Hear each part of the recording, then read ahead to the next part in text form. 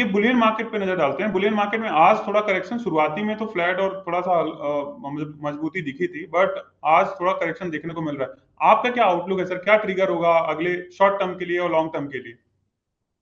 देखिए दिग्विजय जी, हमने अब तक ये सुना है जब भी जियोपॉलिटिकल टेंशन बनता है या कोई भी कंसर्न होता है, जैसे पेंडेमिक हुआ या कोई भी अगर हम ग्लोबल इवेंट देखते हैं, तो ज्यादा करके सेफ हेवन पे बाइंग आ जाती है, जिसका मतलब है सोने पे बाइंग आती है। हम्म। उदाहरण के तौर पे हम 2020 की बात करें, जब पेंडेमिक डिक्लेयर हुआ था, तब हमने इक्विटी मार्केट में बड़ा करेक्शन देखा, और उसी के साथ साथ सोने चांदी में भी करेक्शन देखा। बिकॉज जो इक्विटी में लॉसेस होता है, उसकी भरपाई करने के लिए जिस असेट क्लास में प्रॉफिट बन रहा है, उसमें भी सेलिंग आ जाती है। लेकिन अगर मैं कोविड का पीरियड देखूं, तो मार्च अप्रैल में जो गिरावट थी सोने चांदी में, वहां से सोने में 28,000 से जो तेजी बनी, जो 56,000 का लेवल अगस्त 2020 में हमने देखा, इतनी बड़ी रैली आई। तो सिमिलरली हम्म। आज की डेट में अगर हम बुलियन की बात करें, तो पिछले महीने में हमने ड्यूटी कट, सॉरी ये जो पिछली बार हमने ड्यूटी कट आते हुए देखा, उसके एडजस्टमेंट के चलते सोने और चांदी में भारी गिरावट डोमेस्टिक मार्केट पे आया था।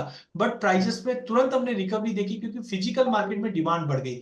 और अब जो टर्मोइल चल रहा है, जहां पे हम देख रहे हैं कि ग्लोबल इक्विटी मार्केट में, डोमेस्टिक इक्विटी मार्केट में अनसर्टेनिटी बनी हुई है, यहाँ पे मुझे लगता है कि गोल्ड को बेनिफिट मिलना चाहिए। लेकिन जो कल की गिरावट की वजह से अगला 2-3 दिन मार्केट में सीवियर वॉलिडिटी हो सकती है, जिसके चलते थोड़ी सी घबराहट जरूर है। बट शॉर्ट टर्म में और लॉन्ग टर्म में मुझे लगता है सोना अभी भी लेके चलना चाहिए। अगर लेवल वाइज की अगर हम बात करें, तो मुझे लगता है कि 65-66 हजार का एक स्ट्रॉन्ग बेस बन चुका है सोने में, जो जल्द टूटता हुआ दिखाई नहीं देता। हमने फरवरी में 61,000 का लो लगते हुए देखा था गोल्ड में, और अब मुझे लगता है कि 65-66 हजार का एक नया बेस बन जाएगा।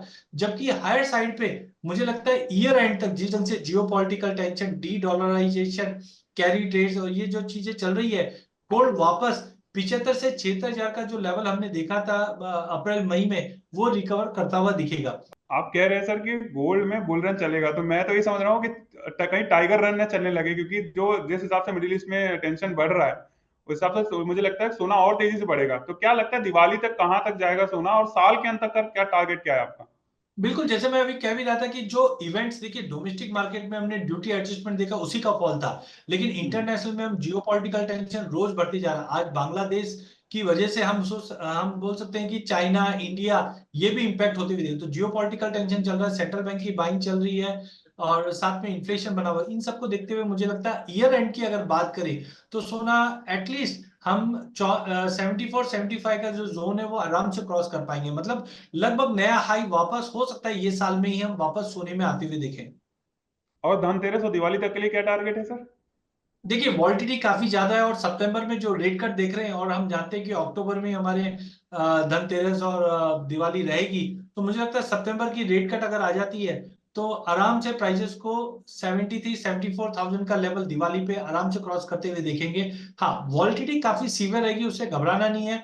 जिस ढंग से हम इक्विटी में एसआईपी करते हैं, हर महीने थोड़ा थोड़ा पैसा डालते हैं, तो जो लॉन्ग टर्म इन्वेस्टर है, उनके लिए कीजिए जीआईपी गोल्ड, जैसा मंथली इन्वेस्टमेंट प्लान करते हैं, तो गोल्ड में हर महीने कुछ ना कुछ डाल के चलिए।